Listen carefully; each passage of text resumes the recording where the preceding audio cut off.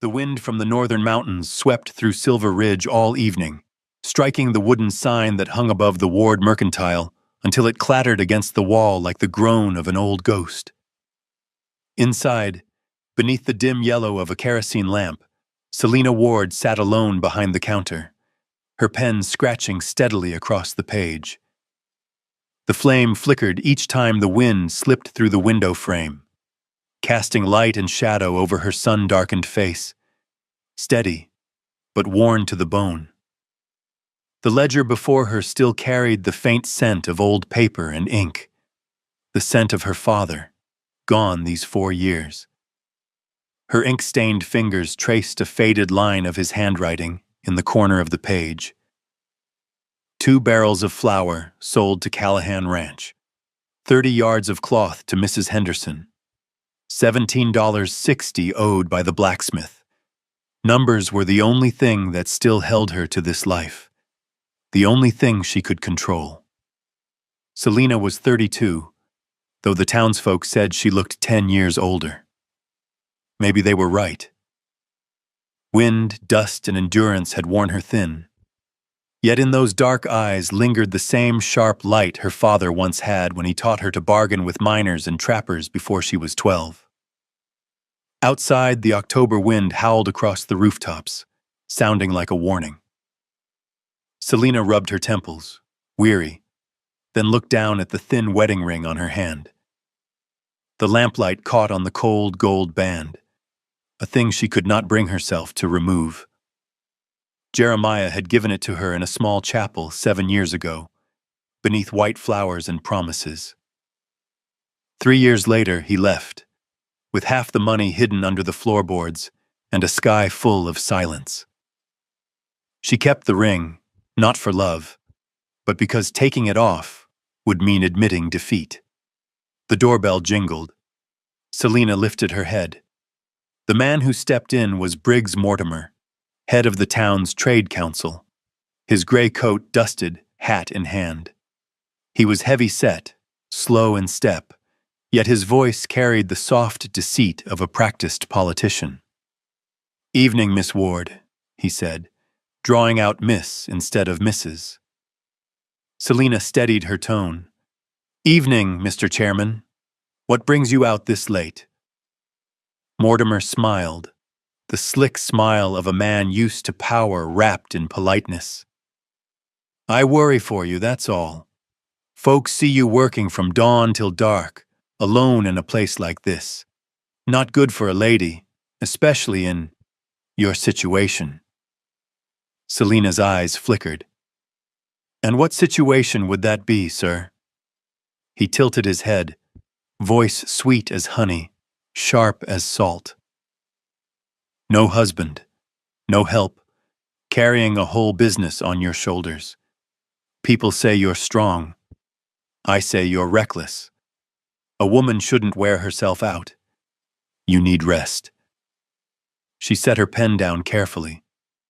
"I manage this store just fine, Mr. Mortimer." He shrugged. "Capability isn't wisdom, Miss Ward. The council has decided 2 men, Shaw and Green, will take over operations for us the next 6 months. You should return to your mother's farm. Not a dismissal, just for your own good."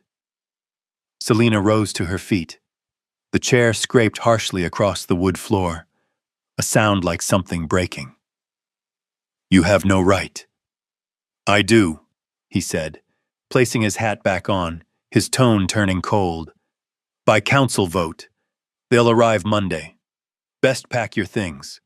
Sometimes a woman needs others to decide for her." He left, trailing the stench of cigars and humiliation.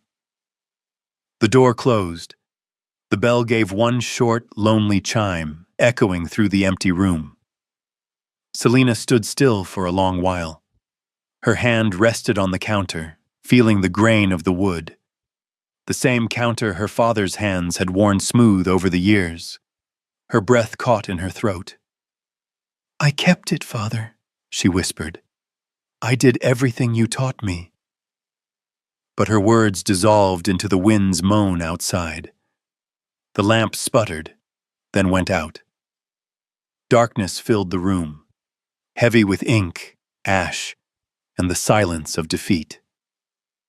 By dawn, Selina Ward, the black woman with ink-stained hands and a torn pride, had left Silver Ridge. She rode into the cold wind, carrying her father's ledger and one truth unseen by anyone. On this harsh land, they could take everything from her, except the courage to begin again. The road home wound through autumn hills, where the grass had turned brittle gold and the air smelled faintly of burned leaves. Selina rode a thin brown mare at a slow, steady pace through the dim evening light. Each hoofbeat fell like an old question. Why are you coming back? 15 miles wasn't far, but for Selina, it felt like the distance of a lifetime. When she was a girl, she had believed there was no safer place in the world than the house beneath the cottonwoods, the one her father had built with his bare hands, and where her mother lit a lamp every night, waiting for him to come home. Now that house existed only as a dust-covered memory. At the crest of the final hill, she stopped her horse. Below stretched the familiar valley, a silver thread of creek cutting across the old field. The Ward homestead appeared, smaller now, lonelier against the dying light. The white paint had peeled, the porch sagged, and the fences leaned like tired men. Yet smoke rose from the chimney, and in that thin trail, she caught the scent of home. Ash, soap, and longing. Her mother, Miriam Ward, appeared on the porch before Selina could dismount. Selina. Her voice trembled, part disbelief, part relief. Before Selina's boots touched the ground, she was pulled into a firm, warm embrace, still strong though thinner than she remembered. The scent of lavender soap and wood smoke made Selina's throat tighten. You're home, thank the Lord, Miriam murmured, rubbing her daughter's back. You're too thin, my goodness. I'm fine, Mama, Selina whispered, her voice rough as gravel. Fine. You look worn out. Come inside. You'll eat while we talk. The house looked exactly as she had left it. The old lace curtains, her father's rocking chair by the hearth, the family photograph still sitting on the mantel, 3 faces smiling beneath the cottonwoods, her father standing tall in the center, gentle-eyed and broad-shouldered. Selina stared until her vision blurred. While reheating a pot of soup, Miriam spoke over the clatter of dishes. We've got a boarder, you know, she said. He's renting your father's old cabin, helps with the horses and mends the fences. Selina looked up. You rented it out? Her mother nodded. I can't do everything alone anymore. He's a good man, works hard. Name's Colt Avery. The name passed through Selina's mind like a soft knock. She said nothing, only broke her bread in silence. He's young, Miriam went on, 20-something from around here. Came back after years up north. You'll see, polite as can be. I'm not planning to meet anyone, Mama, Selina said quietly. I just need to rest. Miriam's gaze softened but held firm. Resting still means speaking to the living, child. Out here, it's only me, Colt, and the horses. None of us will wear you out. Selina said nothing more. She didn't want anyone to see her like this, stripped of pride, emptied of purpose. Dinner passed in silence, filled only by the wind sweeping over the roof and the smell of hot broth circling the table. When they finished, Selina helped clear the dishes, then carried her bag upstairs to her old room. The small room had a low ceiling and a window that faced the backyard. Everything was painfully familiar. The patchwork quilt, the wooden table her father had made, the dusty windowsill.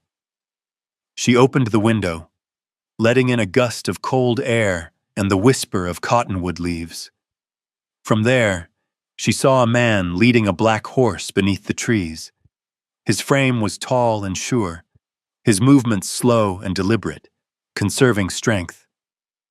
When he bent to tie the reins, the lamplight from the barn brushed his sun-browned cheek. She didn't know why she couldn't look away. Perhaps because there was something in his stillness, a kind of quiet that did not come from weakness. As if sensing her gaze, he lifted his head. Their eyes met. Across the dim yard, through the rustle of leaves. Selina stepped back instinctively, her heart giving one hard, startled beat. He didn't speak, didn't gesture, only held her gaze for a breath before turning back to his work. She closed the window and leaned against the wall. The wind outside kept sighing through the cottonwoods, the same sound she'd once fallen asleep to as a child. She told herself she'd stay only a few weeks, just long enough to recover, to plan, to return to her life. But somewhere deep within her chest, something small had stirred, something she had thought long dead. The first morning on the farm opened with a pale light, soft as mist drifting over the fields. The breeze carried the scent of grass and wood smoke through the window, waking Selina from a restless sleep. She sat up, her shoulders heavy, as if some dream had pulled her backward into the years when hope had still felt possible.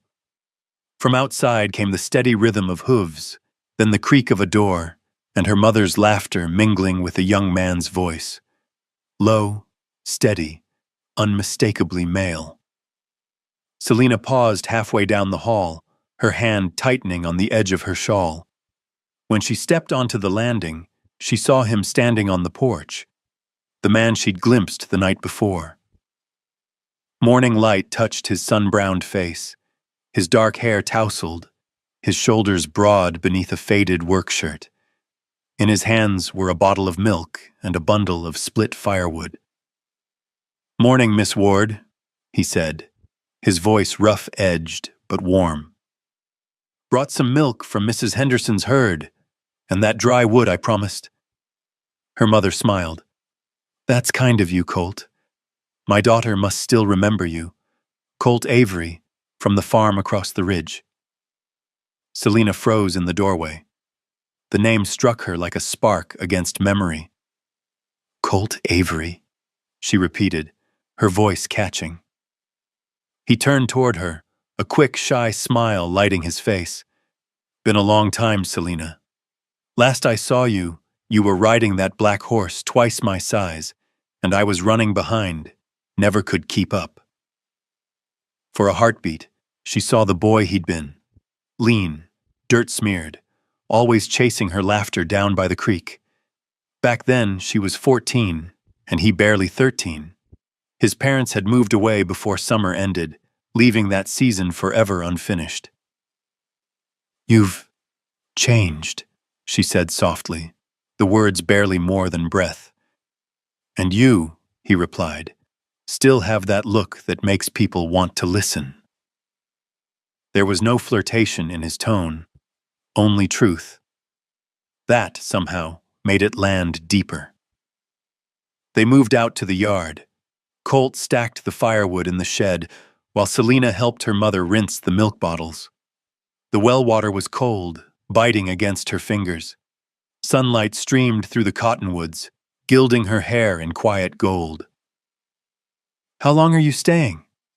she asked, not meeting his eyes.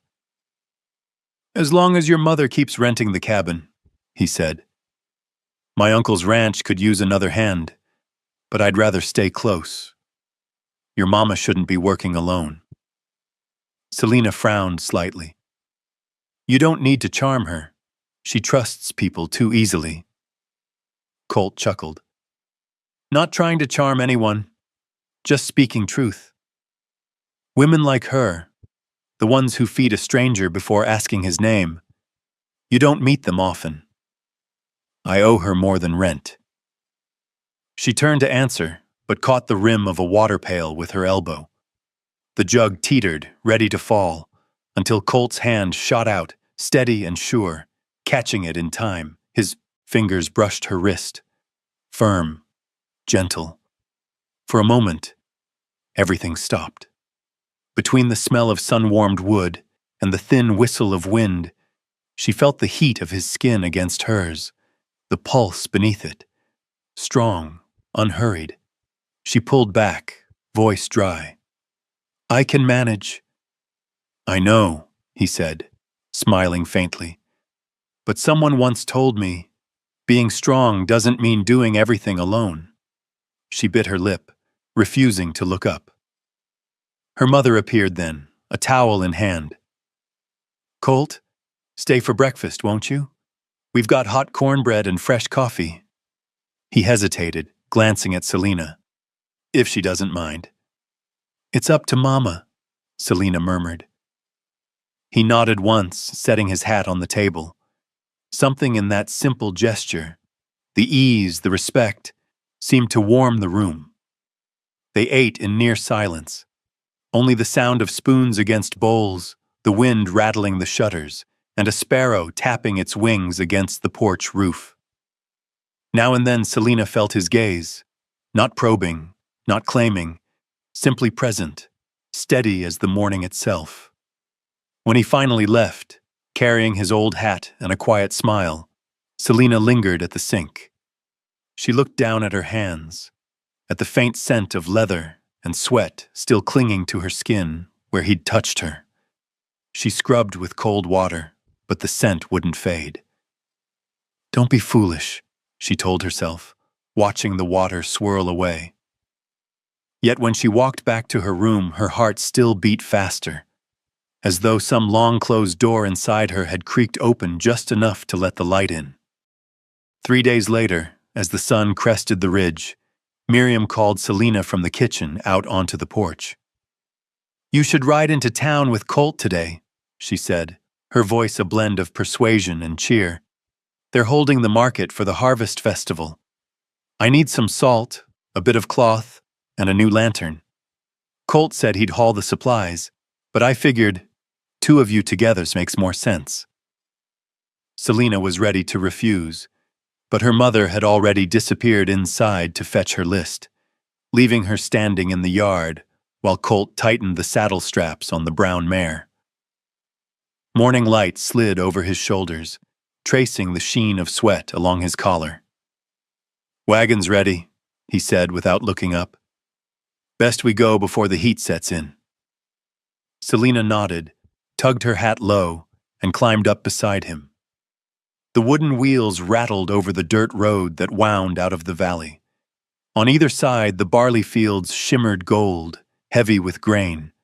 The air smelled of soil, hay, and the quiet hum of wind threading through cloth and hair alike. For a long while, neither spoke. Selina gazed toward the distant cottonwoods, their leaves whispering like they were retelling old stories. Colt held the reins steady, his grip firm but unhurried. "Is the festival always this lively?" she asked at last, if only to break the stillness. "It is," he said, mouth curving slightly. "If you don't mind what folks say." "People always talk." "They do," he agreed, "but talk doesn't make the harvest any less golden." Selina turned to study him, quietly startled by the way his words carried more weight than their simplicity suggested. Colt didn't speak much, but when he did, each sentence seemed shaped by experience. After a few more miles, he added, "I left Silver Ridge when I was 16. My father drank himself to ruin, set the barn on fire one night. I ran off, worked all over the north, came back this year when my uncle got sick. Thought I'd stay a while if the land still wants me." She was silent for a moment, then said softly, "I left too. Only I left because someone decided I should disappear." Colt glanced over, his eyes gentling. "They can take your store, your roof, your title, but not you, Selina. You're still here. I can see it." The words were simple, yet they pressed deep into her chest. The wagon rolled on, its wheels grinding over dry soil, the sound mingling with the unsteady beat of her own heart. By the time they reached town, the market was alive with color and noise. The air brimmed with the scent of baked pies, ripe apples, and smoked meat. Stalls lined the street, draped with ribbons and bolts of cloth. Colt pulled the wagon to a stop, climbed down first, and offered his hand. The moment Selina stepped off, she felt the weight of stares. Murmurs drifted through the crowd. She's back? Mortimer ran her out. Now she's with that ranch hand. Selina lowered her gaze, moving quickly, but Colt slowed his pace, walking even with hers. When a woman cut across their path with a pointed look, Colt simply shifted his stance, polite but firm. "Excuse me, ma'am," he said calmly. "She was ahead of you." No sharp tone, no grand defense. Just quiet, steady presence. The tension around them thinned. Selina drew a breath, the air tasting faintly of leather and wind. They shopped in silence after that. Every time she reached for something, Colt was already there to hold the basket. No words, just a nod. His every gesture seemed measured by respect. By noon, they rested beneath a tree near the watering trough. Selina unwrapped the bread her mother had packed and handed him a piece. Colt ate slowly, his eyes following a group of children darting through the square. "You're not tired?" she asked. "Sure I am," he said. "But being tired from good work feels different than being tired from surviving." Selina smiled, the first real smile in months.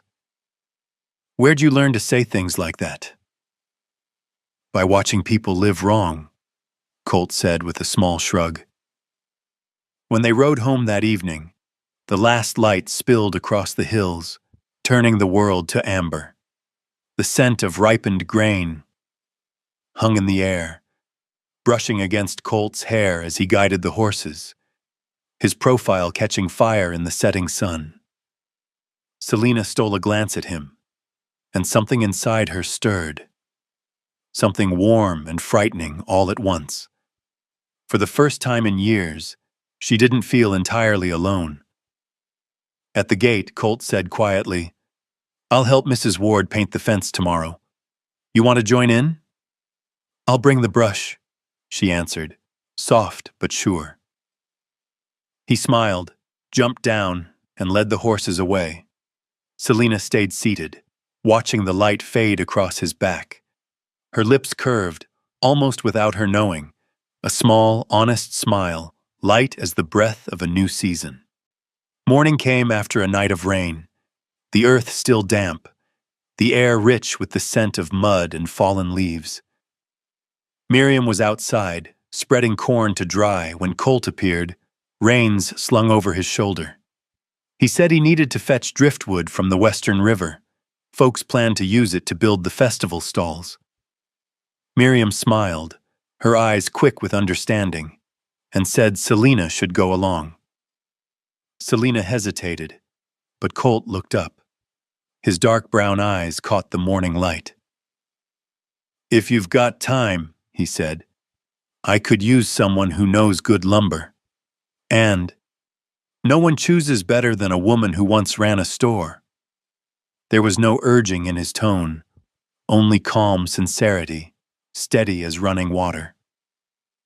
Selina exhaled quietly and agreed.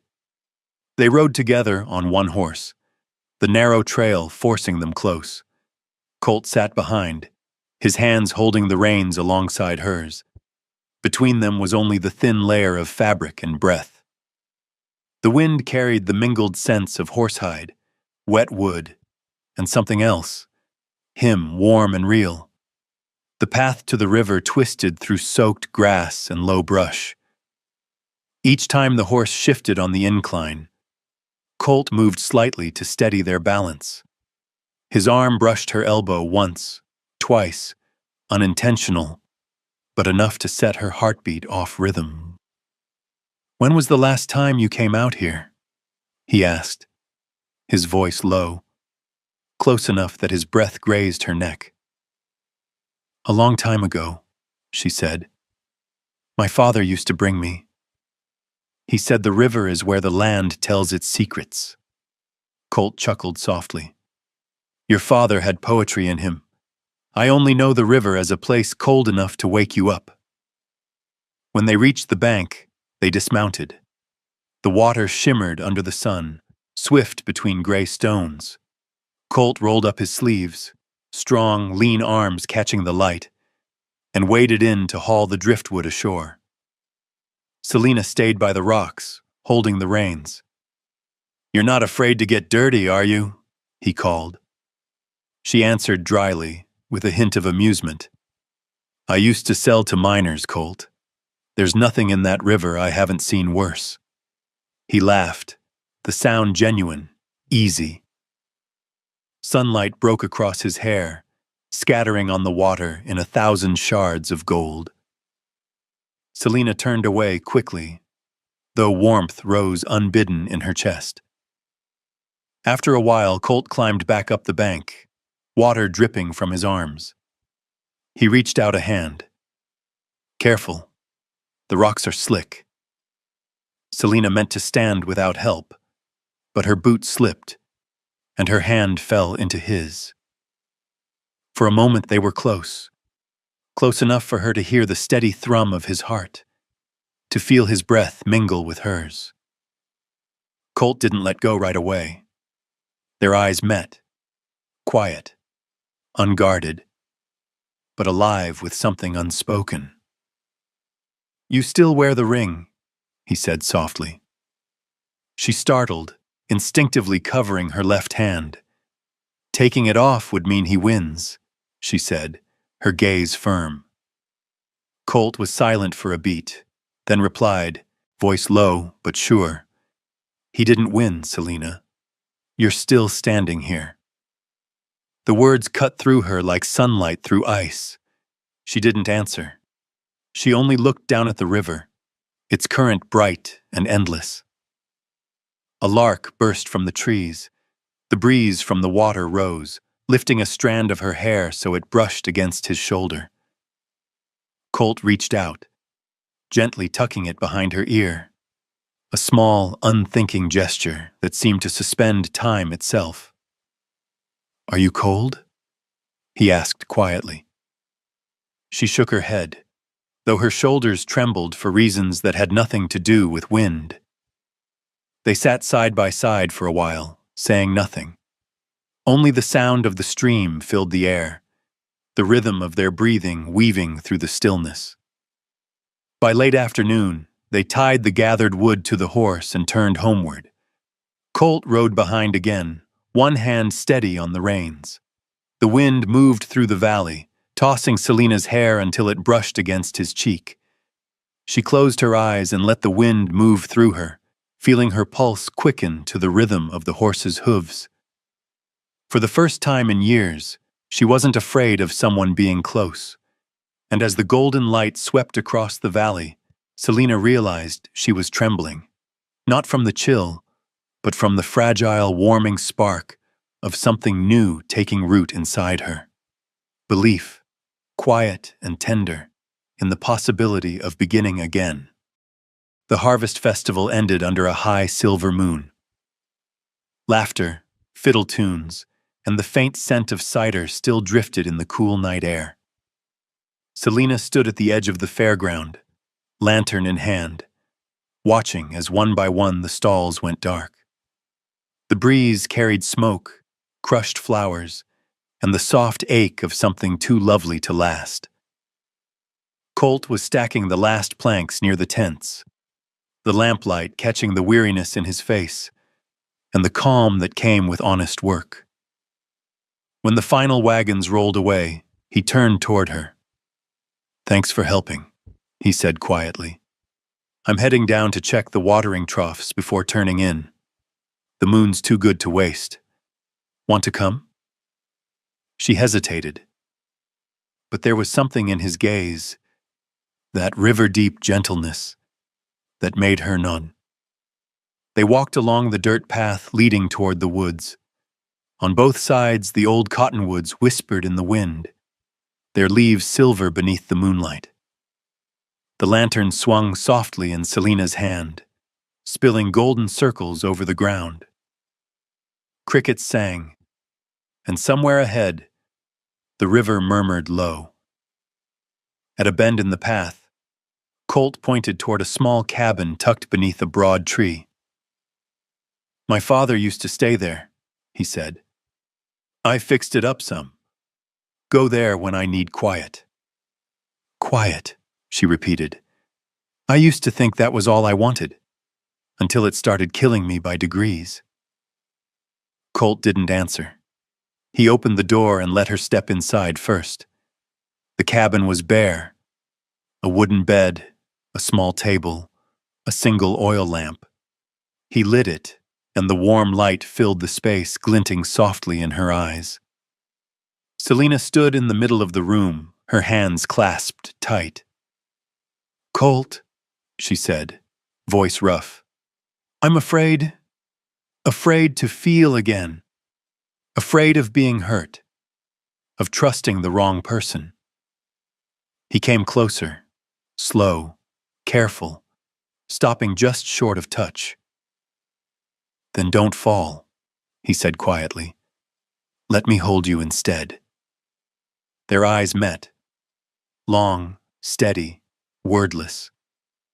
She couldn't tell who moved first, only that his breath found her skin, carrying the scent of hay and wind. When his hand lifted to her face, she closed her eyes. The kiss came like prayer, soft at first, uncertain, then deepening with something sacred.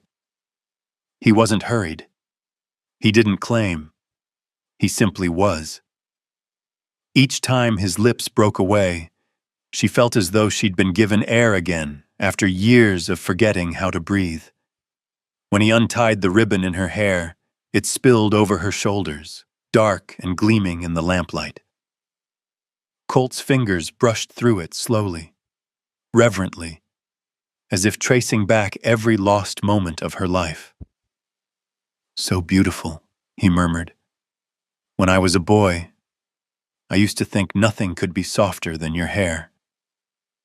Selena laughed, a fragile, startled sound that turned into a quiet sob when he drew her close. Cloth met skin, heartbeat met heartbeat. The walls she'd built over years crumbled without resistance. The world shrank until only he remained, real, warm, steady. When they lay down, Colt didn't rush. He met her gaze and waited, asking nothing with words. Selena nodded, and he kissed her like a man afraid to break something holy. It was slow, tender, not hunger, but healing. Every motion felt like the careful gathering of her broken pieces, mended by touch, by breath, by care. When he whispered, "You're not broken. You just needed to be loved right," her tears came soundless. She had never cried when she was left, never cried when they took her store, her pride. But now, in Colt's arms, she wept, not from pain, but from the quiet wonder of being touched with love instead of pity. At dawn, the first thin light slipped through the cracks in the shutters.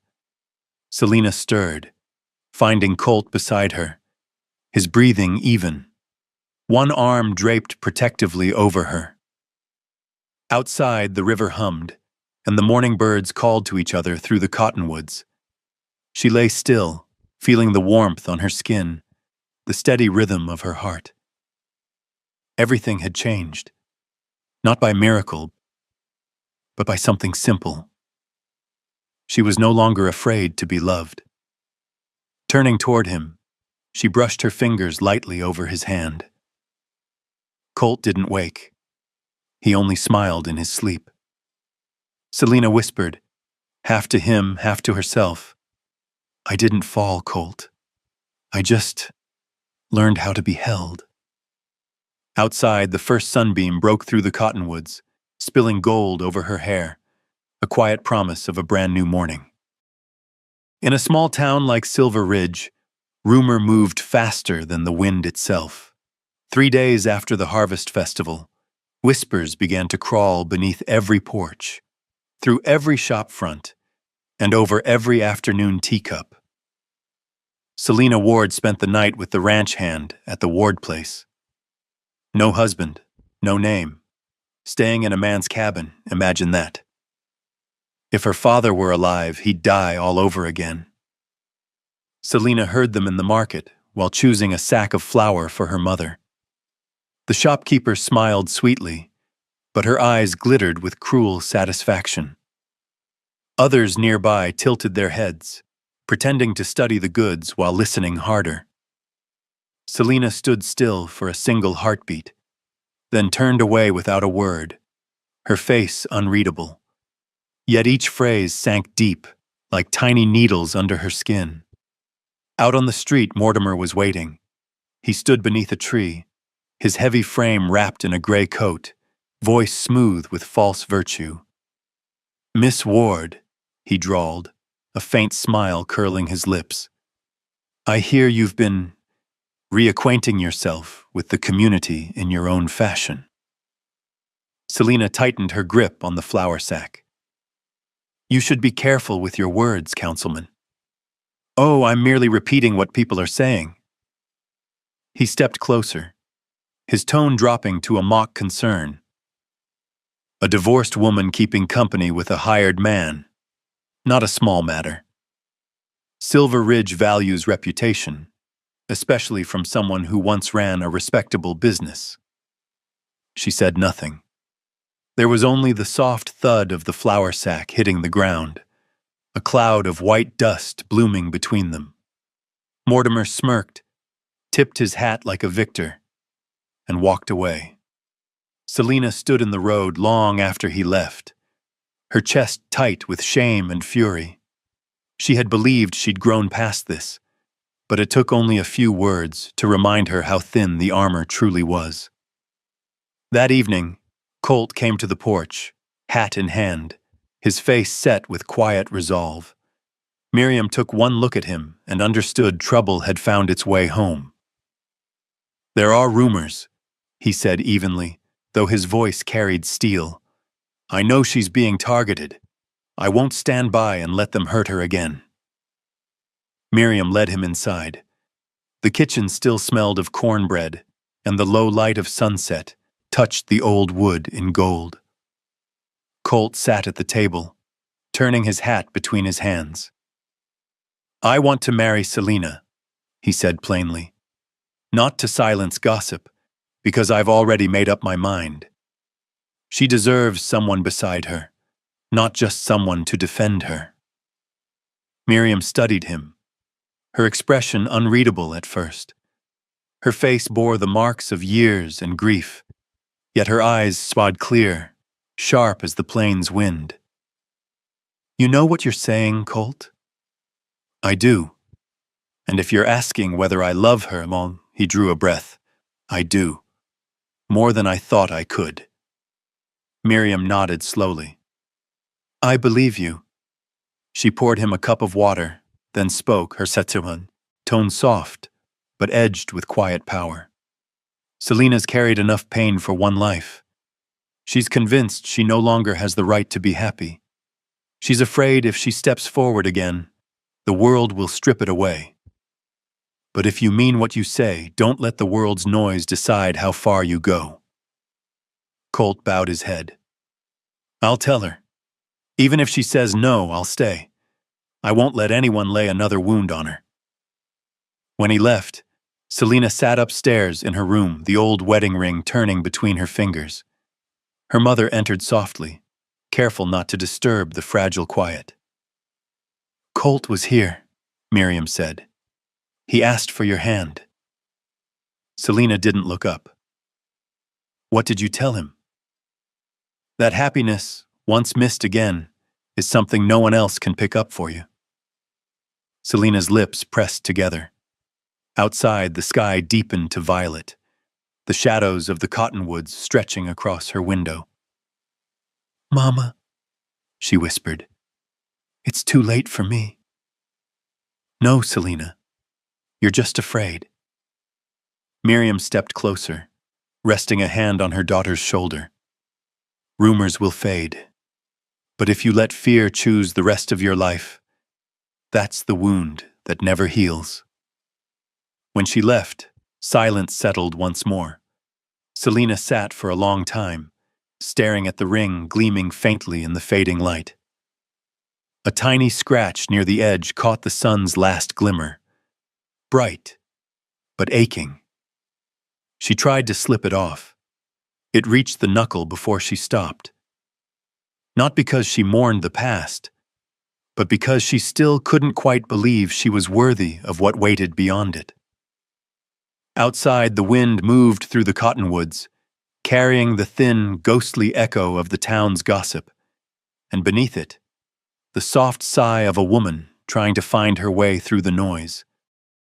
That morning began like any other, a rooster crowing in the distance, the smell of cornbread rising from the kitchen, sunlight slipping through the curtains in thin, golden bands.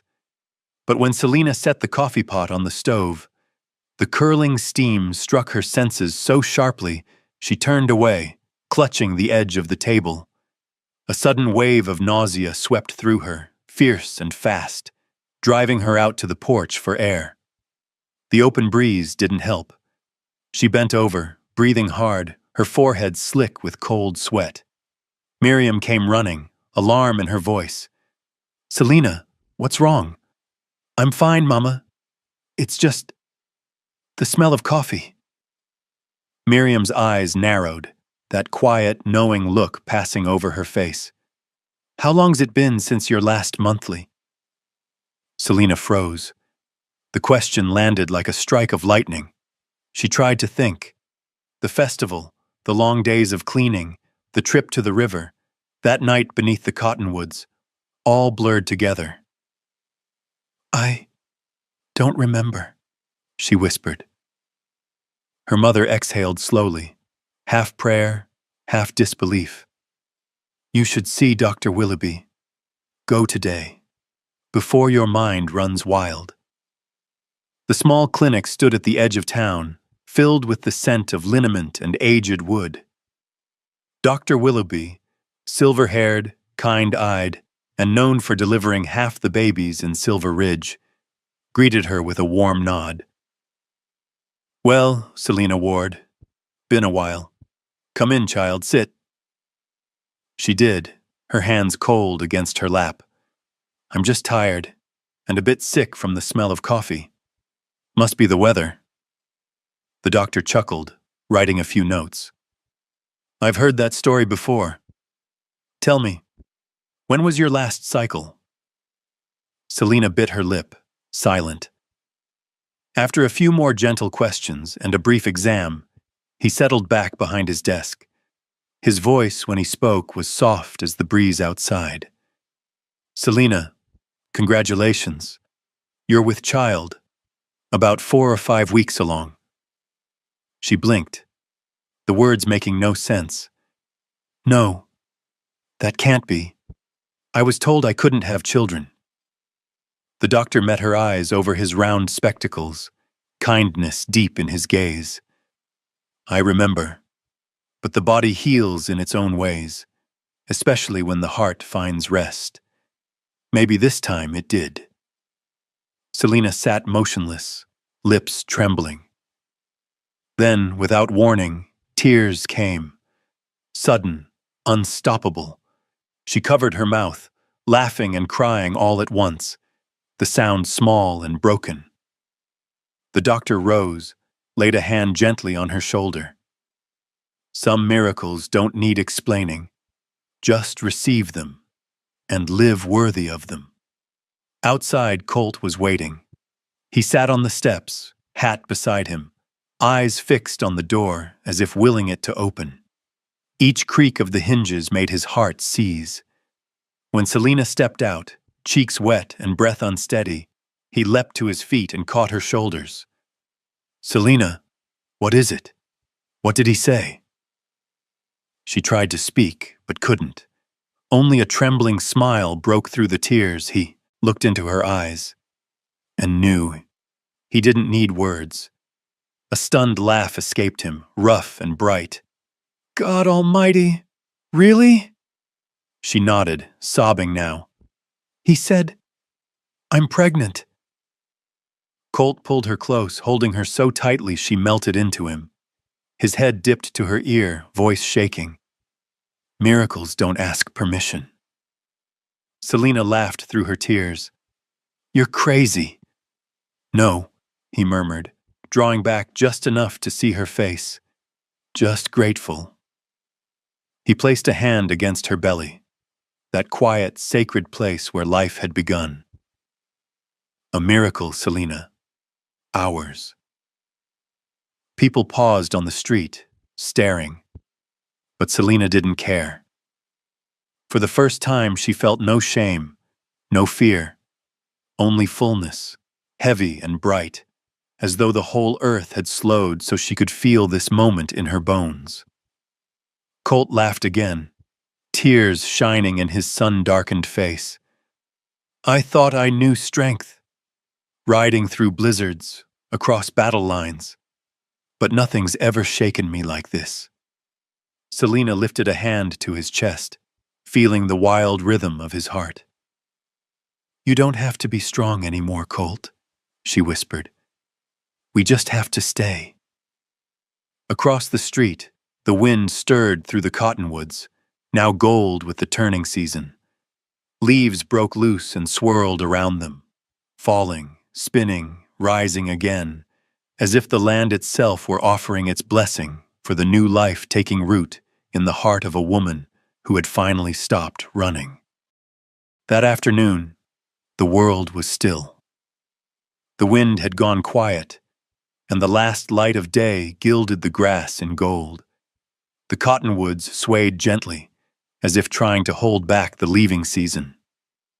Colt told Selena to come with him, saying nothing more than, just a small errand. He smiled when she asked where. They rode together down the old trail toward the woods, the same path she had taken countless times before, yet somehow it felt different now. The air seemed clearer, the silence deeper. Even the far-off murmur of the stream carried a softness she'd never noticed. When they arrived, she stopped short. It was the same stand of cottonwoods where they'd once tethered their horses, the place where her heart had first dared to believe again. But now, dozens of lanterns hung from the branches, their pale gold light swaying like fireflies in the dusk. Colt dismounted first, offering her his hand. Careful, ground's slick. She stepped down, eyes sweeping the scene. You did all this? Not all, he said with a shy grin. The village kids helped hang the lights. The rest, I carved myself. From his pocket, he drew out a small wooden box, dark and smooth from hand sanding. His fingers still bore the faint gray dust of silver shavings, and a small nick near his thumb told of the knife that had made it. Colt, what are you? She began. He didn't answer. He knelt before her, opening the box. Inside lay a simple silver ring, unadorned but etched with a narrow band that curved like flowing water. The lantern light caught on it, sending soft reflections across her face. Colt looked up, his voice barely above a whisper. I don't have anything fancy to give you, Selena. Just this. Something made with my hands and my heart. I carved every line thinking of you. I want you to know you were never broken. Not once. The breeze shifted, carrying the scent of dry leaves and warm wood. His next words came rough but steady. You were never broken, Selena. You were just waiting to be seen. The words struck her like sunlight on water. Gentle, yet deep enough to touch everything buried beneath. Her defenses, built over years of silence, melted one by one. Tears filled her eyes before she could stop them. "Colt," was all she managed to say. He smiled, still kneeling, still waiting. "No one's ever looked at me like that before," she whispered. "Then let me be the one who does," he said softly. "For the rest of our lives, if you'll let me." Selena's hand went to her mouth as a small, broken laugh escaped, half sob, half joy. "Yes," she said, her voice trembling. "Yes, I will." Colt exhaled a shaky breath, his smile widening as he rose to his feet. He slipped the silver ring onto her finger, his rough hands steady and reverent. The new ring rested beside the old gold band, the one that carried all her yesterdays. And in that instant, she knew what she had to do. Selena slid the gold ring from her finger. The metal glinted cold and distant in the lamplight. Kneeling, she dug a small hollow in the earth beneath the oldest cottonwood, where the roots ran deep. "He once promised to protect me," she murmured. "But it was me who had to learn how. Now, he can rest." She laid the ring down and brushed the dirt back over it. Colt said nothing, only placed a steady hand on her shoulder. Silent, sure, eternal. When she rose, the sky had turned to amber. The last sun melted behind the hills, casting long ribbons of light through the trees. Colt turned her gently toward him, eyes tender but unwavering. "Well then, Selena Ward," he said, "let me call you my bride-to-be." She laughed through her tears. "You sure about that? People will talk." "Let them," Colt said simply, and kissed her. It wasn't a kiss of urgency or fire, but of peace, slow, certain, built on trust. Above them, hundreds of lanterns swayed in the evening wind, their glow mingling with the fading sunset. Beneath them, where the old ring rested, the first wildflowers of the season began to open. It wasn't just a moment of love, it was the turning of seasons, from fear to renewal, from silence to song. And beneath the golden dusk of the cottonwoods, Selena knew her life had shifted, toward light, toward faith, and toward finally being truly seen. That morning, the sky over Silver Ridge was clear as glass. Sunlight bathed the small chapel on the hill, coating its whitewashed walls in honeyed gold. The bells rang softly, mingling with the faint scent of dried lavender that hung around the porch. No one had truly believed Selena Ward would stand here again, in a simple white lace dress her mother had kept folded for years. She was not the wide-eyed girl of dreams, but a woman who had walked through ruin and loss, standing tall now with a quiet kind of grace. Beside her, Colt Avery wore a brushed old suit, neat but worn, his frame steady and sure as the land he worked. News of the wedding had swept through town in less than a day. Everyone came, half from curiosity, half for the satisfaction of seeing a story worth retelling. They filled the wooden pews, whispering, waiting to see if the woman once scorned by the town would bow her head or hold it high as she spoke her vows. The preacher opened his Bible, his voice calm, the sound of wind moving gently through the window behind him. "When two souls choose each other," he said, "they do not only share joy, but also the weight of what came before. And if they still choose to stand together after every trial, that, my friends, is the holiest gift of all." When he asked, "Selena Ward, do you take this man?" she answered without hesitation, "Yes, with all that I am." Colt smiled then, a quiet, radiant smile that softened the hearts of even the most skeptical among them.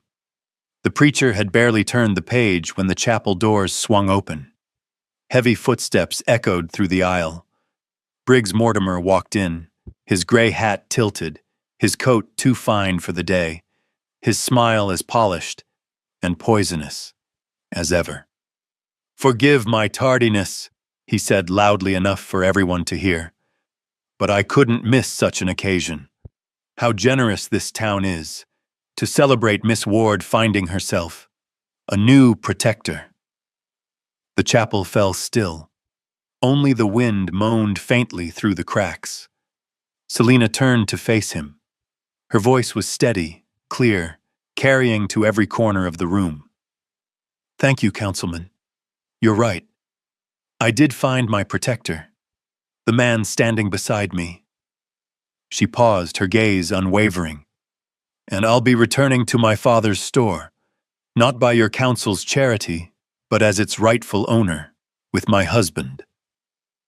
Mortimer's smile faltered, the corners of his mouth twitching. "You think the council will allow—" Colt took a single step forward. His tone was calm, but it carried the weight of thunder. "Choose your words carefully, Mortimer," he said. "From this day on, anyone who comes for Selina Ward will answer to me first." The words hung in the air like a storm about to break. For a moment, no one moved. Then, from the back pew, a single pair of hands began to clap. One by one, others joined in. Slow, certain, building until the whole chapel trembled with applause. Mortimer's face flushed red. He turned sharply and stormed out, his coat sweeping dust across the aisle. Selina stood still, her lips curving faintly. It wasn't triumph she felt, only release, the gentle unbinding of a wound that had been festering too long. The preacher smiled softly. "Well," he said, "perhaps that's the finest blessing you could receive today." When they stepped out of the chapel, sunlight spilled wide across the valley. At the foot of the hill, townsfolk gathered, tossing wildflower petals in laughter and cheer. Selina clasped Colt's hand. His palm was warm, strong, an anchor against the weight of all that had come before. Her mother stood near the gate, wiping her tears. "Your father's smiling somewhere," she whispered. Selina nodded. "He once told me that true honor isn't in what people say, it's in how you live." Colt leaned close, his breath brushing her ear. "Then your honor, Selina, is right here," he said, touching her heart. Together they walked down the chapel steps, through the open white gate, hand in hand. The October wind caught her veil, lifting it like a ribbon of light. Sun poured across the dirt road before them. No more whispers, no more shame, only the sound of two sure footsteps carrying them forward, toward a life built not on rumor, but on love that had proven itself stronger than judgment. That spring, the rain fell for 3 days without pause. The wind rolled through the valley, carrying the scent of wet soil and new grass into every crack of the house. Inside the small wooden home, a single oil lamp burned through the night. Colt gripped Selina's hand, cold, slick with sweat, trembling. "Hold on, Selina," he whispered, voice hoarse. "You're almost there." Dr. Willoughby and Miriam stood close, their calm voices guiding each breath. Outside, the storm groaned, and then, at last, a sharp, clear cry pierced the dark. Selina wept. Her whole body shook, caught between exhaustion, disbelief, and joy. When the doctor placed the tiny bundle in her arms, she stared at the small face, the fragile fingers, afraid even to touch for fear they'd dissolve like mist. "It's a girl," Dr. Willoughby said with a soft smile, "strong as her mother." Colt bent low, kissing the baby's forehead, then looked at Selina. "Good morning, little miracle." Selina laughed through tears. "Told you, Colt. Not every miracle asks permission." They named her Grace, chosen by Miriam, who said, "A person may lose wealth or reputation, But if they still carry gratitude, they've never truly lost. The next spring, Ward and Company reopened. The old wooden sign was sanded clean, with Selina Ward Avery carved neatly beneath her father's name, a bridge between what had been and what now was. Each morning when she opened the shop, the small brass bell chimed in the sunlight. Faces that once turned away now drifted back, shy at first, then smiling when she greeted them with quiet warmth. Colt never spoke of it, but everyone knew he was behind every repair. The roof mended, the shelves rebuilt, the new coat of paint along the porch. He needed no credit. It was enough to see her smile again. Business grew. Deliveries came steady from Denver and Fort Collins. The storeroom filled with the scent of leather, soap, and fresh fabric. Some nights, Selina worked late, the oil lamp casting a soft glow over ink-stained fingers and ledgers filled with her tidy script. Colt would come in, silent as twilight, resting a hand on her shoulder before leaning down to kiss her temple. "Enough for tonight," he'd murmur. "Books can wait. Sleep can't." She'd smile up at him, eyes still alight with purpose. "You forget. I once managed a store twice this size." "And you still can," he said. "Just don't trade dreams for exhaustion." She laughed softly, closing the ledger. "Then what should I trade them for?" "For this," he said, and kissed her, quick, warm, familiar. By the third year, the land behind their ranch had turned gold with grain. The harvest was good. Colt bought a few young horses. Selina planted flowers along the porch rail. Mornings were full of laughter. Grace ran circles around the apple tree while baby Miriam sat in Selina's lap, fat fingers tugging at her mother's hair. Each time she looked at them, Selina remembered the doctor's words. "You may never bear children." Now it felt like a faraway echo. On the porch, Colt's laughter rang as he lifted the girls skyward, defying the sun itself. In autumn, when the cottonwoods turned yellow, Selina often sat at the old table outside, sketching plans for the store or jotting new inventory. The ink sometimes smudged from the wind. Colt would pass by, pausing just long enough to kiss her forehead before heading back to the fields. No words were needed. Their silence had weight. The peaceful kind earned only by those who had survived the storm together. One evening, Selina stood inside the shop, surrounded by shelves full and customers chatting in easy tones. And it struck her. Happiness wasn't loud, nor born from being forgiven. It was the quiet courage to keep walking forward, even when the past had tried to break you. At closing, she heard Colt calling from the street. He held little Miriam in one arm, while Grace ran ahead, skirts flying. Selina smiled, stepping out to meet them. "You think we've done all right?"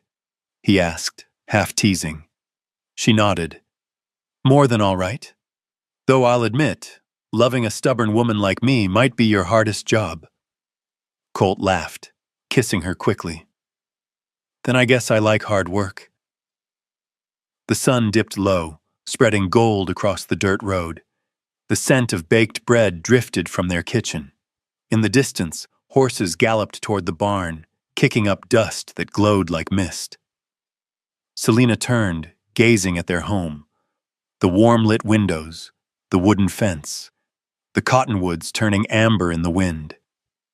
She thought of every step that led here, the long nights by the lamplight, the weight of old whispers, the rough hand that had once reached for hers and never let go. Now, everything had settled into something simple, something solid.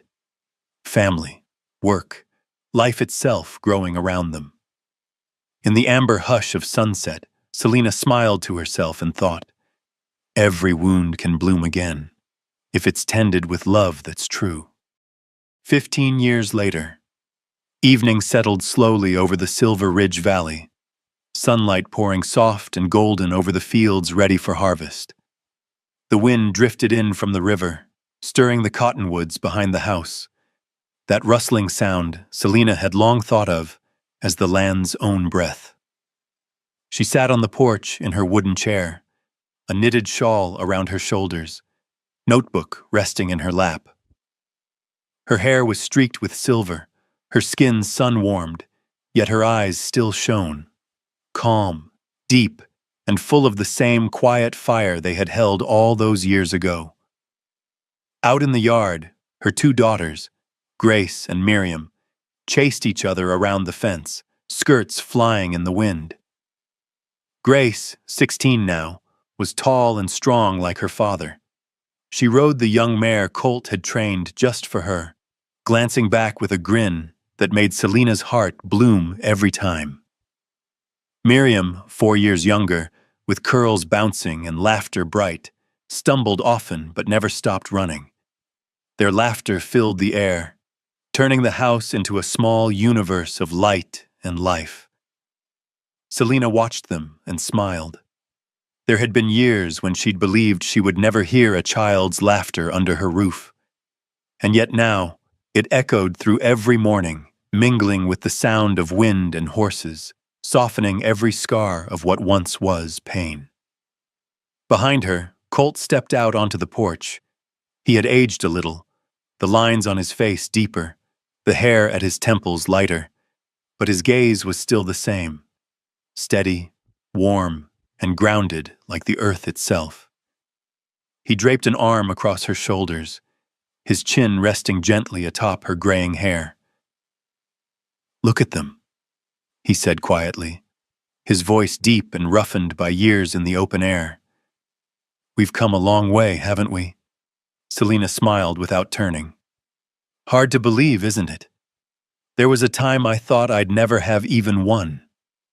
Colt chuckled, his hand tightening on her shoulder. "Remember when they called you Barren?" She laughed, soft, full, and free. "The best mistake this town ever made." They both laughed then, their voices carried off by the rustling leaves above, mingling with the patient rhythm of the wind.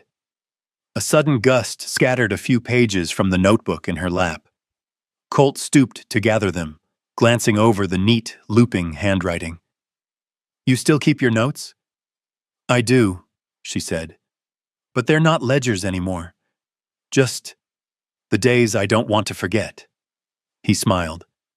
"And what would you write about today?" Selina turned to meet his gaze. "That I'm still grateful." "For what?" he asked softly. "For everything. For the girls, for this home, and for you still being here." Colt kissed her forehead, his breath threading through the wind. "I told you once," he murmured. "Under these cottonwoods, I promised I'd hold on to you. I still am." Selina closed her eyes and leaned into him. Memories rose like the scent of rain. The night they first lay beneath the trees, the lantern light trembling in the wind, his voice whispering, "Then don't fall. Let me hold you instead." She smiled. He had kept that promise, and more. As twilight deepened, their daughters ran up the steps, cheeks flushed, hair wild from the wind. Grace wrapped her arms around her mother's shoulders while Miriam giggled, tugging at Selina's sleeve. "Mama, I'm hungry." Selina laughed, patting their hands. "Go wash up. Dinner's ready soon." Colt watched them go, his eyes softening. "Two miracles," he murmured. "The finest I've ever seen." When the girls disappeared inside, Selina lingered on the porch, her gaze following them, her eyes glinting in the amber light. Colt took her hand and said nothing. They didn't need words. Everything that mattered had already been spoken, in years of living, forgiving, and quietly believing. Outside, the wind rose again, threading through the cottonwoods. Golden leaves drifted down around them, catching the last of the sun. Love, Colt said softly, when given freely, builds miracles no one dares to measure. Selena turned toward him and nodded. Then, hand in hand, they stepped inside. Behind them, the sunset glowed through the trees, painting the doorway with the shadow of two souls who had walked through every season, from fear to peace, from loneliness to grace. And as the wind sighed through the cottonwoods, their story came full circle, quiet, blessed, and enduring, like true love has always been. If this story touched your heart, share in the comments the name of someone who once held your hand through the storm. Don't forget to like, subscribe, and share, so that more hearts can hear these tales of kindness, faith, and small miracles from the old Wild West.